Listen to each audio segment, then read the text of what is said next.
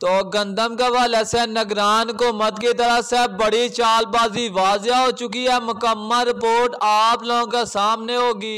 हुकूमत को 300 अरब रुपए का नुकसान पहुंचाने और गंदम दरामद स्कैंडल की तहकीकात में साबिक वजीर आजम अनवारुल्लाह काकड़ का नाम सामने आ गया है। गंदम दरामद स्कैंडल की तहकीकात में अहम पेशरफ सामने आ गई। किसने कस्टम ड्यूटी और GST पर छूट दी? गंदम के ट्रेडर्स ने अरबों रुपए का खेल कैसे खेला? रिपोर्ट मंजर आम पर आ गई है। गंदम दरामद स्कैंडल में वजारत खजाना की सिफारिश पर निजी शोबे को खुली छूट दी गई। गंदम के ट्रेडर्स ने अरबों रुपए का खेल खेला। रिपोर्ट में यह बात सामने आई है कि गंदम दरामदगी पर कस्टम ड्यूटी और GST की छूट भी दी गई है।